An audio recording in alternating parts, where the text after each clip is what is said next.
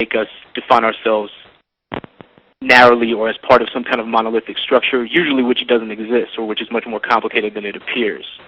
I'm just kind of rambling now. I'm sorry. Yeah. Well, based on stuff you said earlier, as an Orthodox Jew who wears a yarmulke, has a beard, wears the tzitzit, the fringes down to my knees, perhaps I create a lot of anxiety for many secular Jews that I interview, because all the time I hear from many completely secular Jews, I'm a proud Jew, and the only people who ever say that to me are people who are Jewishly ignorant. Like, no one with any background in Jewish text or anything substantial ever says to me, I'm a proud Jew. Only people who are ignorant say, I'm a proud Jew. Interesting. So it's a defensive kind of statement? Yeah. And like, you can't take it away from me. I'm proud, and I'm... Yeah. That's interesting. Yeah. Wonder if they view themselves as ignorant, or if they view themselves as well-versed in some other element of a tradition that you might not see as, sort of central. You know what I mean? Yeah, well, almost nobody views themselves as ignorant, so I'm sure you're right. Well, yeah, I do. But clearly, there's a body of writings that is, central to Jewish tradition. But for instance, what if I was to say, well, I'm ignorant of Scripture. I'm ignorant. I haven't read the Talmud. I don't go to synagogue, but I've read every book written by a Jewish author published in the last 150 years. What kind of, where would that fall in the scope of knowledgeable or ignorant? Or is it irrelevant? Not that I'm saying I've done that, but... No. I hear what you're saying, and I'll just leave it as a question mark. That's certainly a formidable grounding of knowledge in things Jewish to read so much by Jewish authors. That's formidable. But it kind of reminds me of, have you ever been to a baseball game in the Bay Area? Like the San Francisco Giants game, they often yell, Dodgers suck, Dodgers suck. That never happens in LA. Right. And I've never heard anyone say, I'm proud to be a heterosexual. Right. So it's people who feel judged who say, I'm a proud Jew, I'm a proud gay, I'm a proud black. So what does that mean? So what you're saying is that it's coming from a feeling of persecution or marginalization? Yeah, that's what I'm thinking out loud.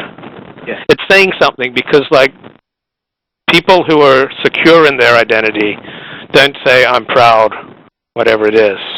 But people who, for whatever reason, are feeling insecure in their identity, such as gay or black or Jewish. I guess that's true, but I think the natural next question I would think would be to ask where that insecurity comes from, right? Look at the Black Power movement of the 70s, which was really largely about a reaffirmation, a reclaiming of, a standard of beauty that would valorize blackness. The great anthems of that movement largely are things like "Say It Loud, I'm Black and I'm Proud" by James Brown. So I think the question would be, where does that necessity of declaring yourself proud and affirming your identity come from? Well, there's a need. I feel zero need to say I'm a proud heterosexual because I've not, 90% of the population is not gay. It's the other way around. So people who are saying that, it comes from a very strong need, right? Yeah.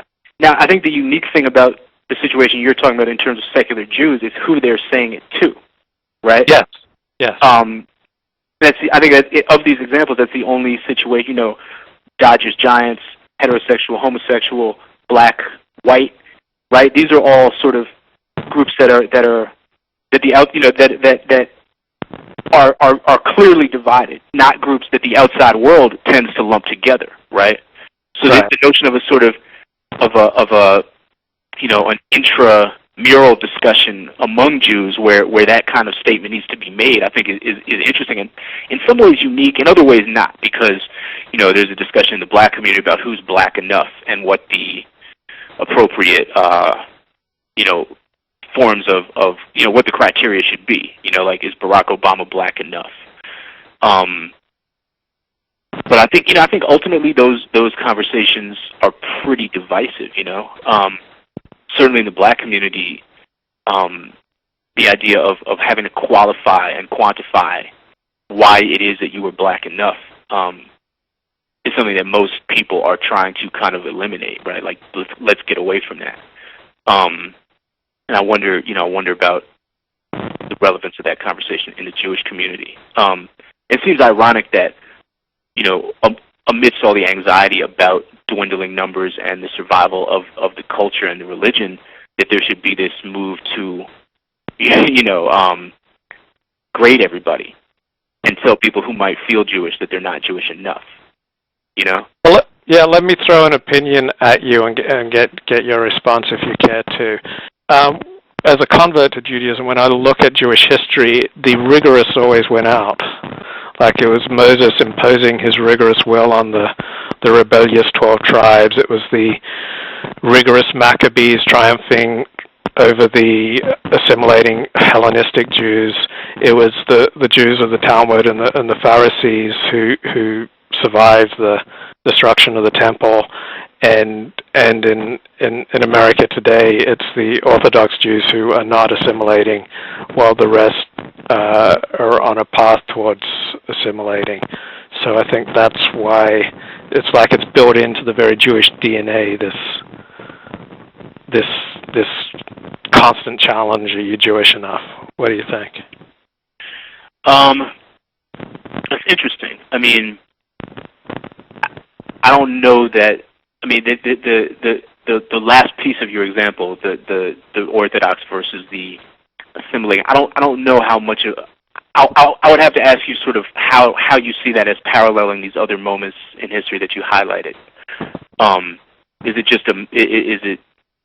Well, I mean, there's a midrash, I'm not sure if it's factually real, that most Jews did not leave Egypt with Moses 3,200 years ago, that, most stayed behind. But anyway, it was like Moses who formed the 12 tribes into a nation. And now in America today, I mean, intermarriage rate among Orthodox Jews is virtually zero.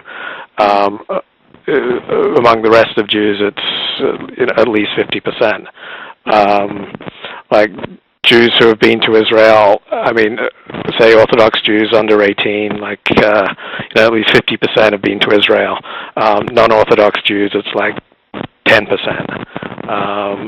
So, like, by any measure, concrete measure of commitment to a Jewish identity, the Orthodox are overwhelmingly stronger than the non-Orthodox.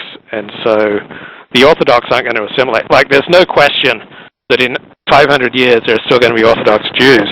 What is not at all clear is whether there will be conservative Judaism, Reform Judaism, or even modern Orthodoxy in another few hundred years. Like, there will definitely be Satmar Hasidim, in 1,000 years. It's not at all clear that there will be Reform Jews in 1,000 years.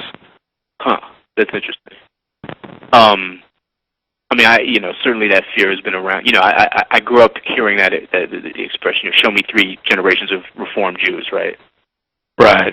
That's sort of the shorthand formulation of that fear. Yes. And, I can show you at least 3 generations in my family, if not 4 or 5. But I guess, I think certainly everything you're saying makes sense. I guess one question I would have would be, you said something like by every definable measure of. Right. I guess I'm wondering, what, if anything, I mean, what would be the sort, if you were to sort of try to think up the most sort of out of the box measures that you could, that you might not even think make any sense, what would they be? I mean, clearly things like intermarriage, or visiting Israel are very, make a lot of traditional sense as barometers, but are there any others? And if so, what would they be? Or what would be some that, you might want to... Being literate in Hebrew? Mm-hmm. I think that's a huge one. Okay. But what would be some really wacky ones?